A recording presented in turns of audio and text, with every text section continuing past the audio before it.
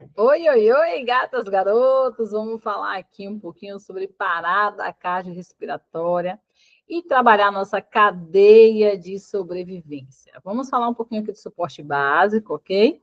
E pensar nessa cadeia, o ABCDE. Em concursos, a gente ouve muito perguntar em que, por exemplo, a cadeia de acionamento ou a cadeia que fala do choque, aí conta lá o textinho e manda você assinalar se é A, B, C, D ou E na cadeia aqui, ou relacionar, né? Então, a gente tem que estar sabendo interpretar essa cadeia de sobrevivência. Entendemos que uma paciente está em parada cardiorrespiratória, essa paciente parou de respirar, verificou o pulso carotídeo e não tem. O que a gente tem que pedir? Em primeiro lugar, pedir que alguém chame ajuda, porque sozinho a gente não consegue. Segundo, ligou para a emergência, a gente tem que dar ênfase à RCP, com ênfase em compressão torácica, né, de 100 a 120 por minuto, se for num local de grande circulação. Por exemplo, shopping, rodoviária, metrô, pensar que um desses lugares possa ter o DEA, né? Pensar ali, iniciei a pedir ajuda, iniciei compressão torácica ali precocemente. Eu tenho que pensar que aquele lugar pode ter um DEA. Então, assim, procura se essa unidade tem DEA, desfibrilador, onde dá choque no coração. Então, a gente tem que perguntar se tem. Se tiver, a desfibrilação precoce é importante e pensar que quando essa ambulância chegar, vai ser uma ambulância avançada. E a diferença do profissional de saúde é que, assim, se for uma parada cardíaca assistida na rua, por exemplo, e você identificar, avisa, eu sou enfermeira, estou aqui comprimindo, então, olha a diferença de ter um profissional assistindo a parada e um popular qualquer que é leigo. Então, assim, a gente tem que saber que tem que ser uma USA, porque é uma ambulância que vai vir com médico, com desfibrilador, com enfermeiro, com um profissional médico capacitado para entubar, ou um enfermeiro capacitado para passar uma máscara laríngea ali, caso não consiga, né, uma intubação orotraqueal, e pensar que essa equipe de suporte avançado de vida vai levar esse paciente em parada cardio para especialidade ali para ser acolhido. Então, cada minuto conta, então vamos pensar na ênfase de compressão torácica, desfibrilação rápida, suporte avançado de vida eficaz e cuidados pós-parada cardíaca integrado. Descobrir o que foi que aconteceu, por que e tratar. A enfermagem capacitada, né, na parada cardiorrespiratória, o que é que a gente tem que fazer? Reconhecer o ritmo, reconhecer se é uma parada cardiorrespiratória, equipe de resposta rápida, se for na rua, o paciente desmaiou ali, vamos observar, vamos ver se tem pulso carotídeo, identificou parada cardíaca, compressão imediata de pelo menos 100 a 120 por minuto, lembrando que o tórax tem que fazer o retorno para ser eficaz, tá? Pensar na desfibrilação precoce, tá? Pensar no suporte avançado de vida, porque quando esse suporte avançado de vida chegar, essa USA chegar, a gente vai ter acesso à medicação, a gente tem que pensar nos ritmos de parada cardiorrespiratória, tem que pensar na indução ao tubo orotraqueal máscara laríngea, né, no intra-hospitalar, aquele pessoal socorrista, ou bombeiro, ou suporte avançado de vida, sedar esse paciente, cuidado de parada cardiorrespiratória, encaminhar onde a uma unidade que pode atender. Princípio básico, novamente, RCP de alta qualidade, desfibrilação manual, no caso do DEA, obter acesso periférico, se possível, acesso central, pensar em drogas que a gente vai precisar utilizar, adrenalina, epinefrina, né?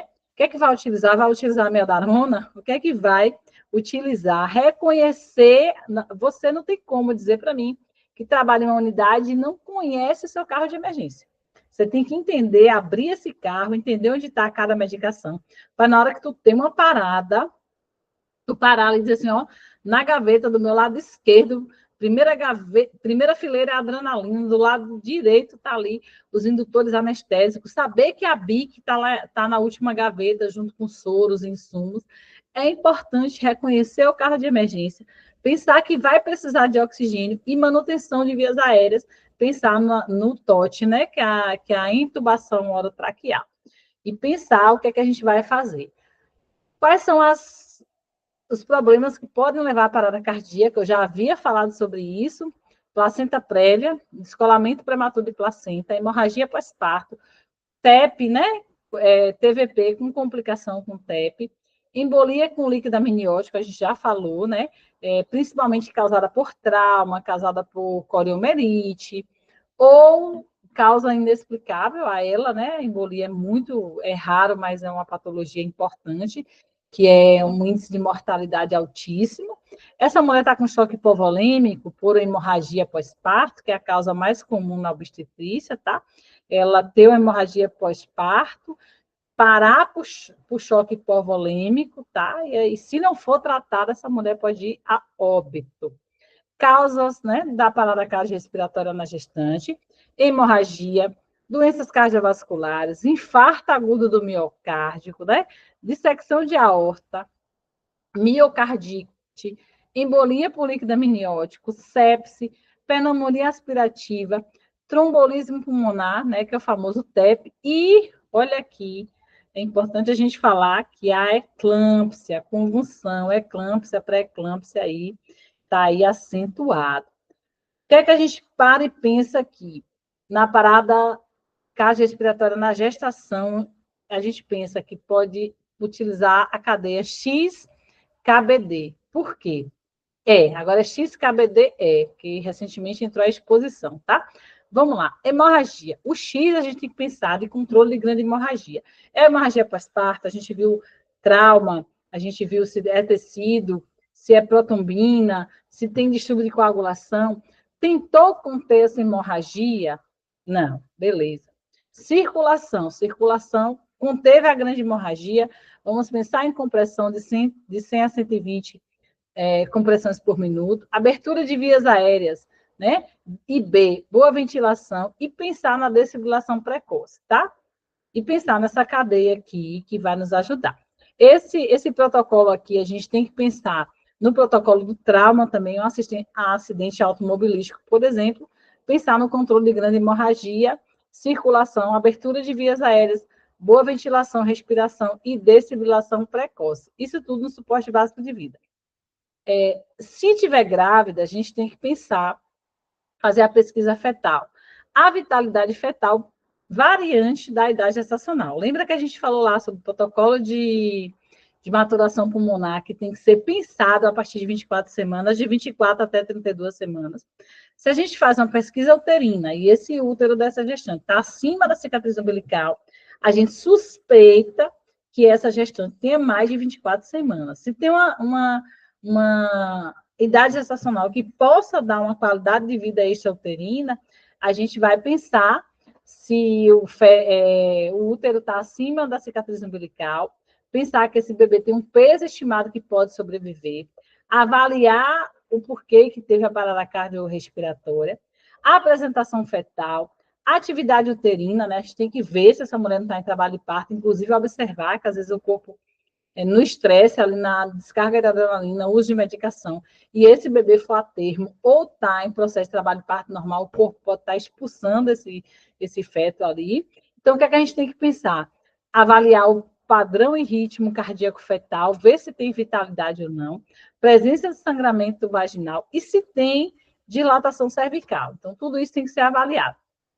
Suporte básico de vida, a gente tem que pensar que vai deslocar o útero para a esquerda. Por quê? Porque a gente vai fazer descompressão de aorta, iniciar a compressão e desfibrilação quando indicado. Quando a gente está no suporte avançado de vida, essa mulher já está no intra-hospitalar, ela está lá numa boa, fez uma DPP, foi para o centro, teve uma hemorragia, usou bolsa de sangue, mas ela teve uma parada cardiorrespiratória secundária a choque hipovolêmico. Então, o que a gente tem que pensar? Que é no ACLS, já no avançado, que essa mulher precisa ser entubada, ela vai ter que ser laringoscopada, né, e avaliar o uso de cânula, vai ter que ter acesso venoso periférico ou central, medicações, oxigênio com TOT.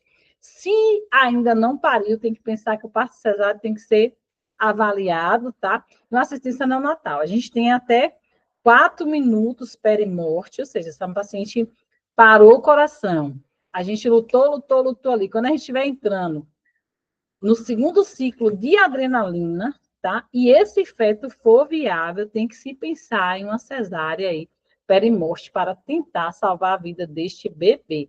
E pensar que tem que ter uma assistência neonatal segura, ok? Olha o deslocamento aqui do útero para a esquerda, para fazer a descompressão de aorta, tá? E com relação às compressões, a gente vai posicionar, né? Vai ter o posicionamento normal de ressuscitação cardiopulmonar adulta. A única diferença é que a gente vai fazer tentar fazer pelo menos 6 centímetros, né? Porque a gente tem o útero, tem com a parte fisiológica, né? Volta aí na aula de anatomia e fisiologia, porque o que é que acontece? O útero vai fazer o deslocamento cardíaco um pouquinho à esquerda, vai deslocar mais ou menos 4 centímetros de diafragma, então a gente vai ter que exercer uma força de compressão maior do que normal, seria uma força como se fosse um paciente mais obeso, por quê? Porque tem a compressão de aorta aí pela situação gravídica da mulher.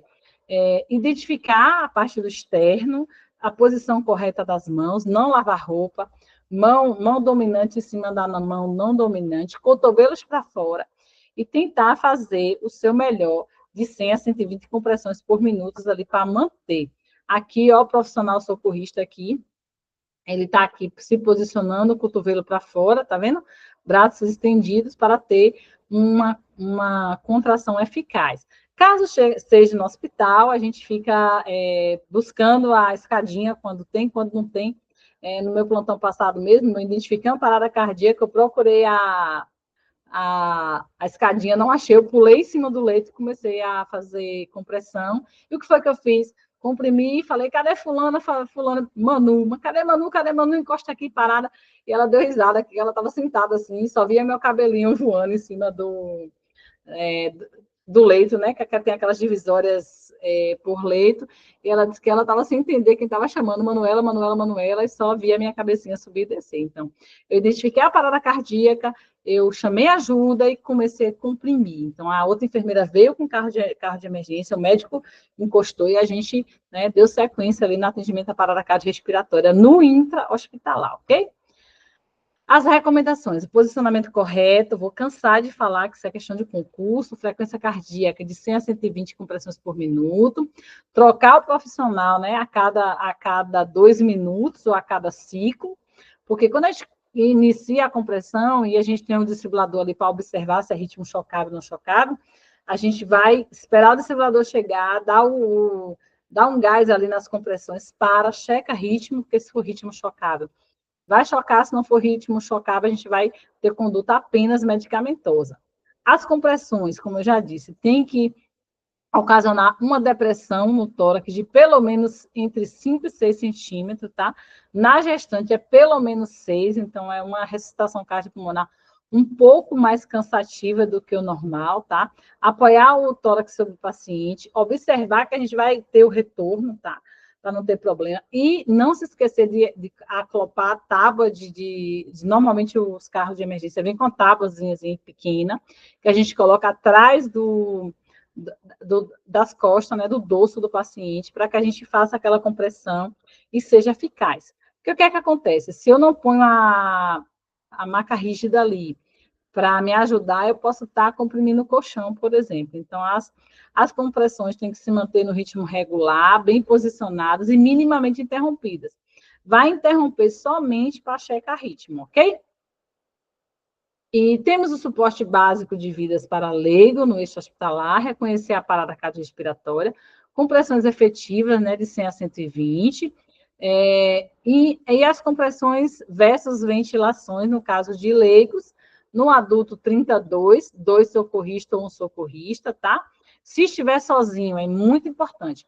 A gente identificou uma parada cardíaca, a gente está sozinho aqui, meu celular está carregando lá no outro cômodo. Eu tenho que comprimir por 2 minutos e buscar ajuda. No caso, parar, ligar para o SAMU e tá ali, abrir a chamada e voltando ali a comprimir o paciente para a gente não perder, né? Porque se eu paro de comprimir, eu paro de levar oxigenoterapia ali do coração, pulmão, cabeça, e cada minuto conta para ter uma qualidade de vida pós parada cardíaca.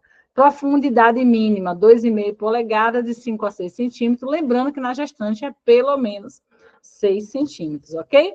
Para entender, o que é que a gente tem que pensar? Que esse coração ele tem que ter uma função elétrica ativa, né? E tenha força na bomba de ejeção. Então, a gente tem aqui o nó sinusal. Quando a gente tem um ritmo chocável, que a parte elétrica, que é essa parte de condução elétrica aqui, entre o nó sinusal, no átrio ventricular, feixes de His, né? E ramos aqui, fibras de Purkinje, é muito lindo.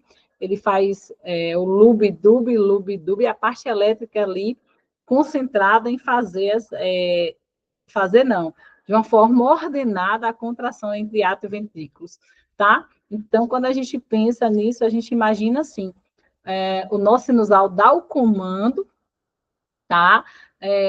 Para o no átrio ventricular, feixes de His, fibras de Purkinje, e o que é que vai acontecer? Vamos ter esse traçado eletrocardiográfico ali no papel ou no monitor. É um paciente que parou por fibrilação ventricular ou taquicardia ventricular, a gente vai ter um ritmo chocável, indicação de choque, para que a gente, se o coração está assim, ó, ele está fibrilando, ele não consegue fazer a parte elétrica dele de forma adequada. Você já ouviu, assim, em filme, alguém chegar e dar aquele soco precordial aqui no meio? Pofo! Né? E começar a compressão? É a tentativa de fazer com que esse nó sinusal reinicie e reorganize a parte elétrica cardíaca. Então, é importante a gente entender a parte elétrica, entender o que é um eletrocardiograma, para entender o que a gente está vendo no monitor ou no cardioversor. Porque o enfermeiro intensivista, treinado e qualificado, ele pode e deve disparar o choque quando necessário. Eu trabalho na UTI onde tem 20 leitos. E acredite, eu já tive 3 paradas ali simultâneas. Então, 2 médicos, né?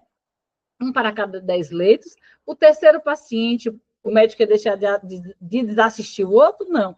A gente teve 3 paradas simultâneas e foi assim, iniciamos abrindo um carro, reconhecemos ritmos e chocamos porque teve a necessidade. Então, enfermeiro, intensivista, especializado, que tenha treinamento, ele não só pode, como deve efetuar o choque ali, se necessário, ok? E o protocolo para ritmo chocável e não chocável, normalmente vai estar ali afixado num leito de terapia intensiva, numa UTI, os profissionais têm que estar bem afinados aí para poder salvar vidas, ok? Novamente aqui, um ritmo meio que desorganizado, né, que tem uma alteração cardíaca, não tenho uma fibrilação não, mas eu tenho uma alteração aí para cardioversão cardíaca. Quem entende, o médico fala assim, o paciente fulano ali vai rodar um eletro, o leito 8 vai rodar um eletro, rodou um eletro, ele tem uma condição de cardioversão. Então, o que é a diferença da cardioversão? A cardioversão vai ser uma cardioversão de baixa intensidade, um choque de baixa intensidade, para tentar organizar. É um paciente que não está em parada cardíaca, ele está com ritmo elétrico desorganizado, e ele precisa de uma cardioversão, né? Cardioversão ali, o médico vai estar fazendo essa cardioversão. A cardioversão, fora da parada cardíaca, o enfermeiro não pode fazer, quem tem que fazer é o profissional médico. Olha o ritmo desorganizado, tá? QRSTU, PQRSTU, e o ritmo desorganizado aí, que precisa de uma cardioversão, ok? Então, vamos reconhecer o ritmo da parada. Temos aqui um ritmo sinusal, nós temos a onda P, QRS, T, não temos desvio de onda U, não temos QRS alargado, não temos nada que indique qualquer alteração, beleza? Ritmo sinusal normal. E aí, vamos para reconhecer os ritmos chocáveis. Nós temos a fibrilação ventricular, a gente tem um coração desorganizado, ele está trêmulo, ou ataque cardíaco ventricular. Qual é a característica aqui? Da fibrilação, a gente vai ter várias ondas desorganizadas. Ataque cardíaco, pense nos garranchos de menino no monitor, desse jeito aqui, tá? Bem específico. Esses 2 ritmos, eles são chocáveis. Identificou a parada dessa forma ali no monitor, já venha com o desfibrilador e passa a desfibrilação o mais precoce possível. O importante é que, se for ritmo chocável, fui ver TV em São Paulo. Quais são os ritmos chocáveis? Taquicardia ventricular, fibrilação ventricular, ok? Que a gente vai chocar esse paciente. E é bem interessante que o protocolo é diferente. Em TV e FV, a gente vai iniciar o ciclo e a indicação de adrenalina vai ser a partir do segundo ciclo. Eu identifiquei que é um ritmo chocável, até chegar o desfibrilador, eu posso começar a comprimir? Claro que posso. Comprimo e vou esperar o cardioversor, o desfibrilador chegar. Chegou, eu vou chocar ali 200 joules, ali 360 joules, depende da ordem médica, tá? Chocou o paciente, não voltou. Compressão, 2 minutos de compressão, checa o ritmo. Mas para chocar, chocou novamente. A partir do segundo ciclo, eu começo a usar adrenalina aqui em ritmos chocáveis, tá? E posso ter a orientação de usar a amiodarona nos ritmos chocáveis, tá certo? Então, vamos ver um pouquinho sobre isso.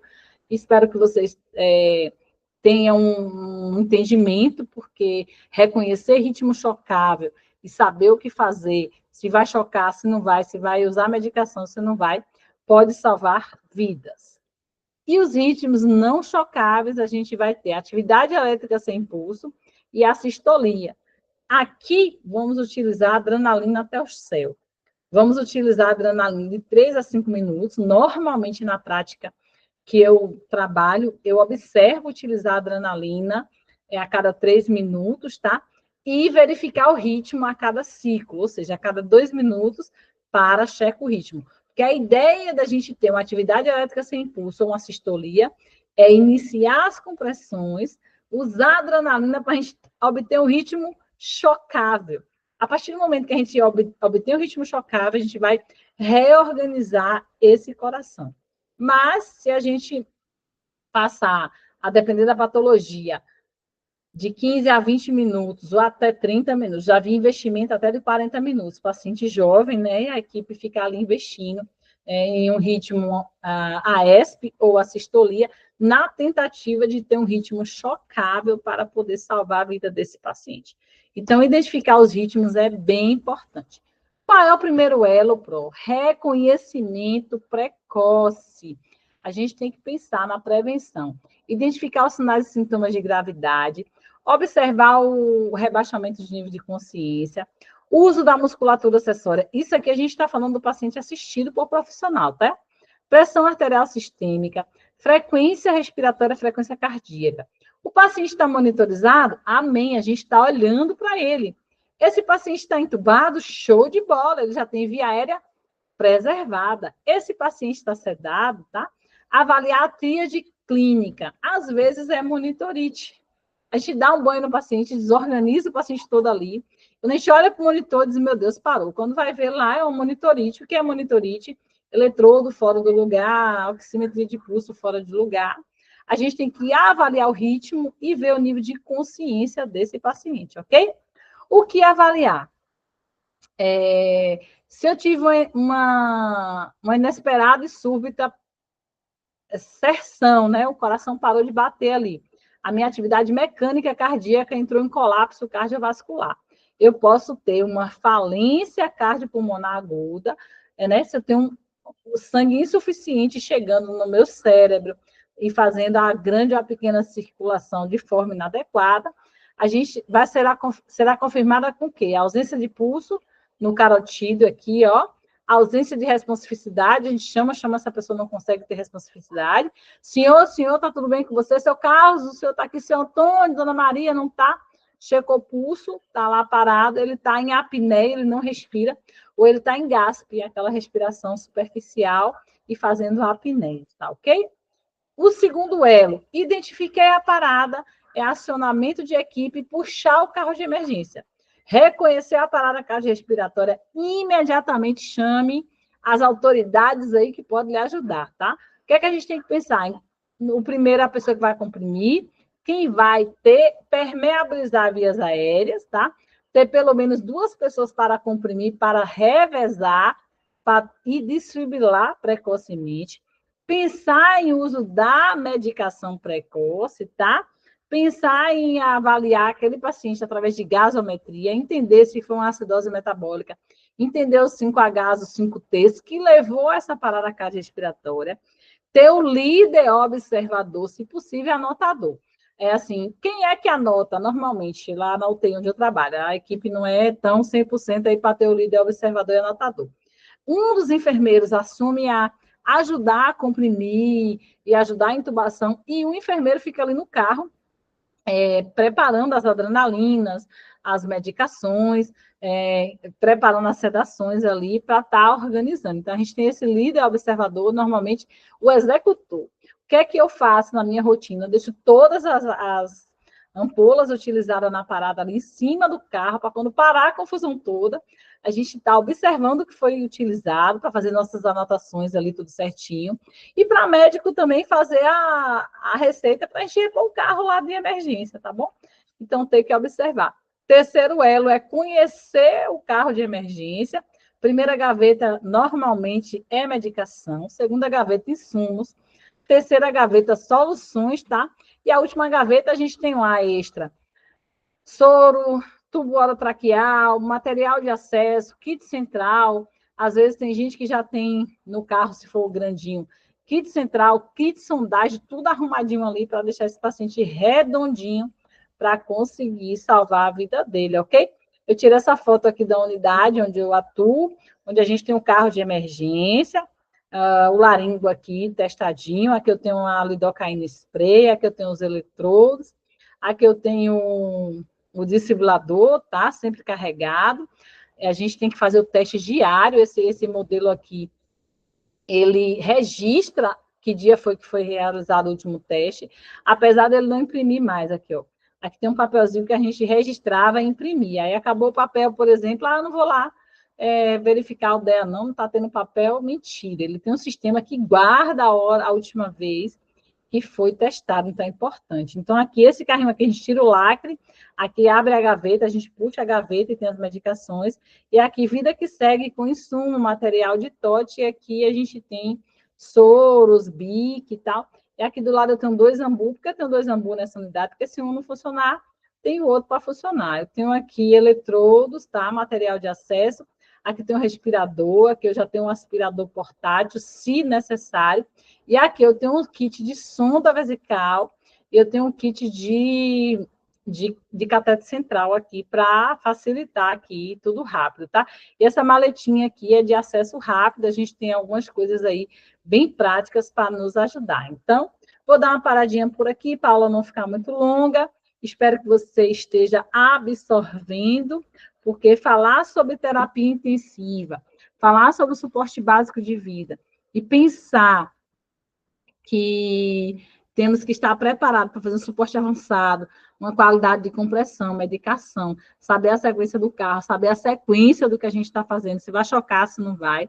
Isso é de fundamental importância, como você, contribuinte de equipe, você profissional enfermeiro, você profissional técnico de enfermagem, para ser um facilitador ali no processo de assistência ao paciente grave ou puérpera. Então, vamos daqui a pouquinho, a gente vai e volta, é um VaptVupt, e aguardo vocês na próxima aula.